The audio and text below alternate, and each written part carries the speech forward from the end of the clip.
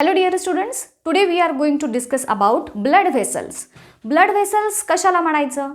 तर आपल्या बॉडीमध्ये असणारे पाईपलाईन सारखे स्ट्रक्चर्स की ज्याच्यामधून कंटिन्युअसली ब्लड हे फ्लो होत असतं त्याला आपण ब्लड व्हेसल्स म्हणूयात. आता ह्या ब्लड व्हेसल्सचं फंक्शन काय आहे तर बॉडीमध्ये ब्लड सर्क्युलेट करणं.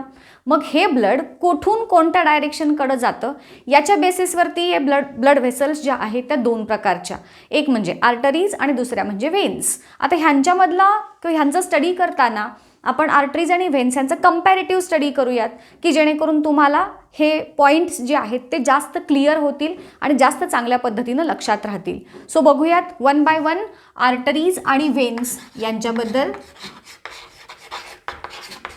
मी दोन कॉलम्स करते.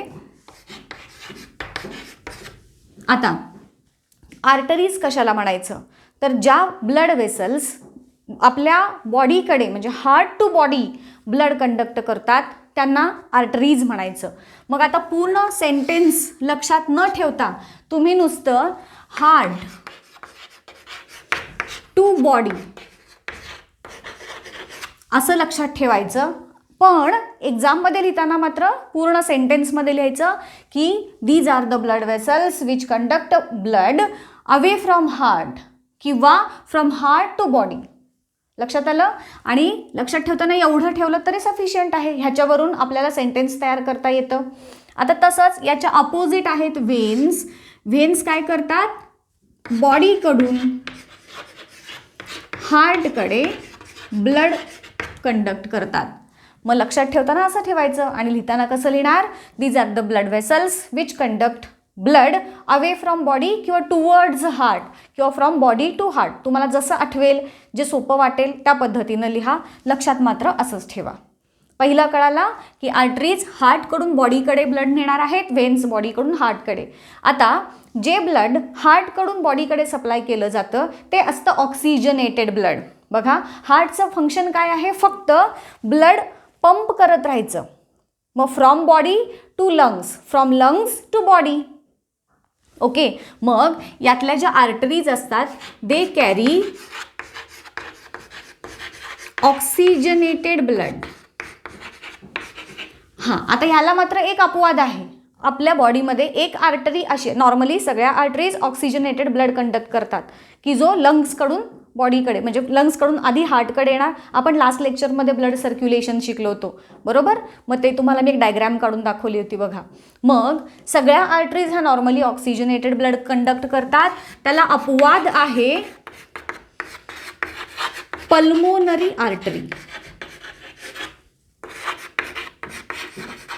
ही एकमेव ब्लड आर्टरी अशी आहे की जी डिऑक्सिजनेटेड ब्लड कंडक्ट करते, that is from heart to lung. Okay, आता इकडे व्हेन्स ज्या आहेत त्या डिऑक्सिजनेटेड ब्लड कंडक्ट करणार.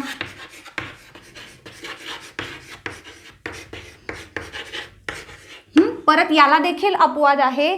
अशी आर्टरी की जी अशी व्हेन की जी व्हेन असून देखील ऑक्सिजनेटेड ब्लड कंडक्ट करते आणि तिचं नाव आहे पल्मोनरी व्हेन. लक्षात ठेवायचं हे नाव. पल्मोनरी आर्टरी ही एकमेव आर्टरी आहे की जी डिऑक्सिजनेटेड ब्लड कंडक्ट करते, व्हेरॅज पल्मोनरी व्हेन ही एकमेव अशी व्हेन आहे जी ऑक्सिजनेटेड ब्लड कंडक्ट करते. ऑर एल्स सगळ्या व्हेन्स डिऑक्सिजनेटेड ब्लड कंडक्ट करतात. फरक लक्षात आला? हे एक्झाममध्ये कंपल्सरी लिहायचं आहे आपल्याला. आता बघा, जसं तुम्हाला सांगितलं ह्या हार्टकडून बॉडीकडे ब्लड पंप करणार आहेत, ब्लड कंडक्ट करणार आहेत. सो बघा, हार्टवरचं जे हार्ट आपलं कुठं आहे located?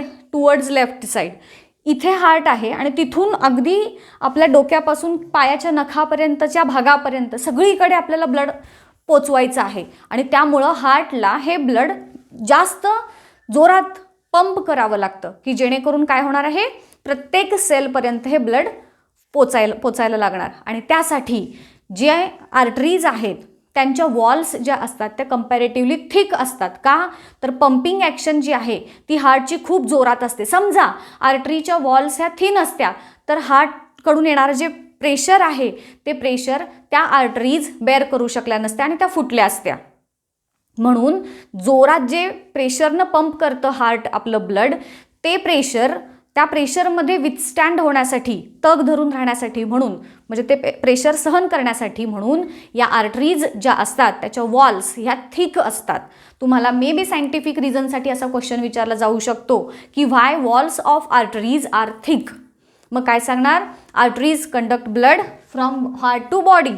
So in order to reach that blood to each and every part of the body, arteries have to be supplied, or the blood has to be pumped with lots of pressure, and in order to withstand that pressure, walls of arteries are thick. असं सांगायचं for 2 marks. Okay, मग मी काय सांगणार?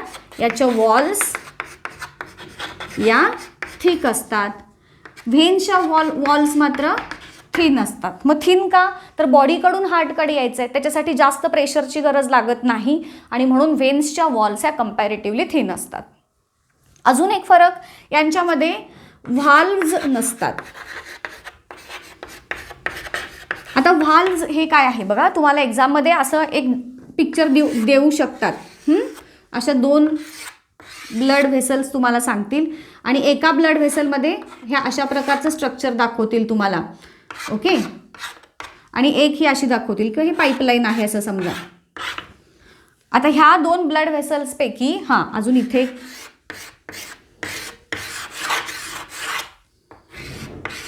ठीक आहे बघा. आता ह्या दोन्हींच्या पैकी आर्टरी कुठली आहे आणि व्हेन कुठली आहे ती ओळखा आणि त्याच्यातली फरक लिहा वगैरे, अशा प्रकारचे प्रश्न तुम्हाला एक्झाममध्ये विचारले जातात. मग आता हे बघून ओळखायचं कसं? तर ज्याचे वॉल्स थिक आहेत ती आर्टरी, ज्याच्या वॉल थिन आहेत ती व्हेन, आणि शिवाय व्हेनमध्ये ह्या अशा व्हाल्व्ज असतात, झडपा. मग आता ह्या व्हाल्व्ज असण्यामागचं कारण काय आहे? तर बघा, आपल्या बॉडीकडून जे येणारं ब्लड आहे, आपण नंतर ह्याच्या पुढचा एक पार्ट आपण कॅपिलरीज पण शिकायचे. मग जेव्हा या आर्टरीजकडून पूर्ण बॉडीकडे ब्लड हे सर्क्युलेट होत असतं, तर ते ब्लड परत बॅकफ्लो होऊ नये, उलट आर्टरीमध्ये जाऊ नये, यासाठी या व्हेन्समध्ये हे व्हाल्व्ज प्रेझेंट असतात. पुढं डिटेल मी कॅपिलरी शिकवताना तुम्हाला सांगेनच, तुम्हाला ते अजून जास्त चांगल्या पद्धतीनं कळेल. इथं आपण फरक बघतोय म्हणून हे लक्षात ठेवा की आर्टरीजमध्ये व्हाल्व्ज नसतात, वेअरॅज व्हेन्समध्ये व्हाल्व्ज प्रेझेंट असतात. ओके, मग इथे व्हाल्व्ज ॲब्सेंट, इथे व्हाल्व्ज प्रेझेंट. आता आर्टरीज ज्या असतात त्या बॉडीमध्ये डीपली लोकेटेड असतात. असं सहज बघायला गेलं तर आपल्याला आर्टरीज आपल्या बॉडीमधल्या दिसत नाहीत. वेअरॅज ह्या ज्या निळसर शिरा दिसतात, हे शिरा म्हणतो ना आपण, व्हेन्स ज्या असतात त्या व्हेन्स आहेत की ज्या सुपरफिशियली लोकेटेड असतात. अगदी सरळ बघितलं तरी तुम्हाला सरफेसवरती ह्या व्हेन्स दिसू शकतात. सो हा एक फरक इथं सांगूयात की deeply located in the body आणि इथे सुपरफिशियली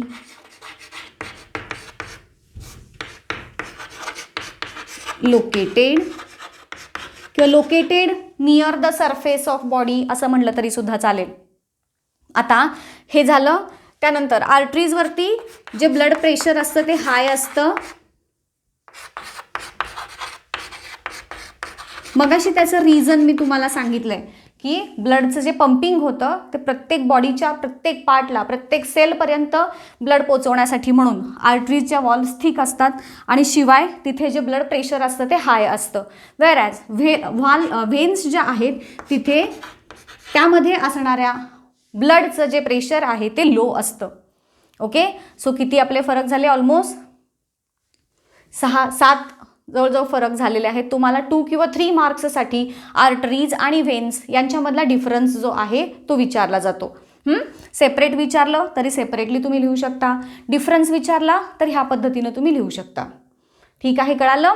आता बघूयात पुढचा पार्ट आणि तो आहे कॅपिलरीजचा. आता कॅपिलरीज काय असतात बघा, आपल्या बॉडीमध्ये आर्टरीज, आता हे ब्लड सर्क्युलेटरी सिस्टम आहे हे लक्षात येते का बघा, तुमच्या बॉडीमध्ये जे ब्लड आहे ते सर्क्युलेट होतं म्हणजे पुन्हा पुन्हा पुन्हा त्या पार्टमध्ये येते. मग आता हे जे आर्टरीज आणि व्हेन्स मी तुम्हाला सांगितल्या, ह्या व्हेन्स आणि आर्टरीज एकमेकांशी इंटरकनेक्टेड असणार आहेत कुठंतरी. मग आता बघा ह्या आर्टरीज जेव्हा प्रत्येक सेल, प्रत्येक टिश्यूपर्यंत त्यांना पोचायचं असतं. तर ह्या जाड आर्टरीज प्रत्येक टिश्यूपर्यंत पोचणार नाहीत. मग काय होतं, तर जसं जसं त्या सेल लेव्हलपर्यंत जात जातात तसं तसं त्या आर्टरीजना फांद्या फुटतात. झाडाच्या कशा ब्रँचेस असतात तशा तशा आर्टरीजच्या, आता समजा माझा हात म्हणजे एक आर्टरी आहे. आता हे प्रत्येक सेल किंवा टिश्यूपर्यंत जाताना तिला फुटलेली फांदी, ह्या सगळ्या फांद्या आहेत असं इमॅजिन करा. मग ह्या फांद्या, ह्याला म्हणायचं कॅपिलरीज.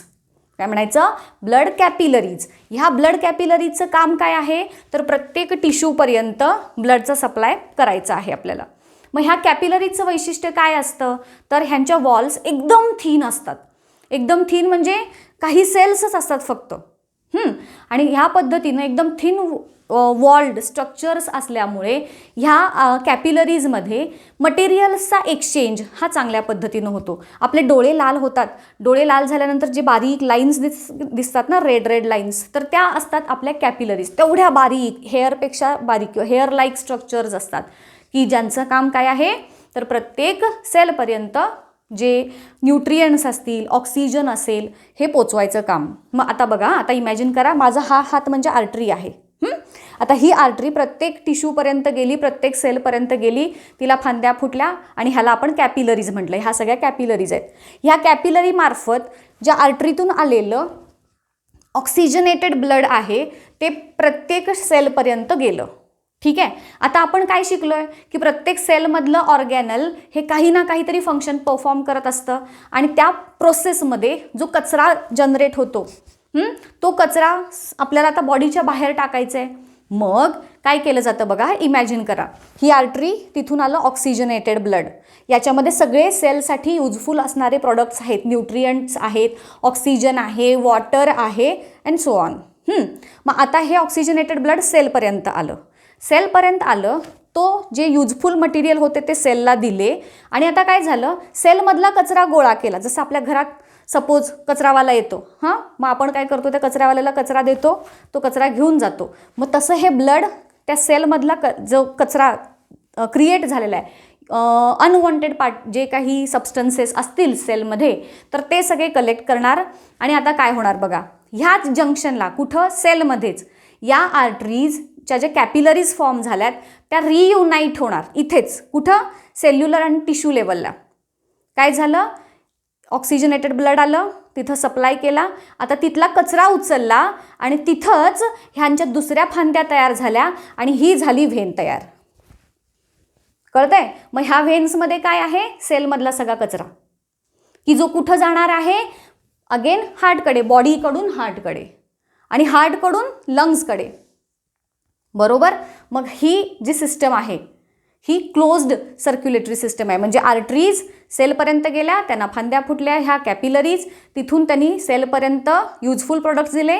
सेलमधले जे नको असलेले प्रोडक्ट्स आहेत ते इथं एकत्र आले आणि त्यांच्यापासून बनल्या अगेन ह्या कॅपिलरीजच आहेत आणि तिथून परत व्हेन्स बनल्या आणि त्या व्हेन्समध्ये काय आहे, हे इकडे डिऑक्सिजनेटेड ब्लड.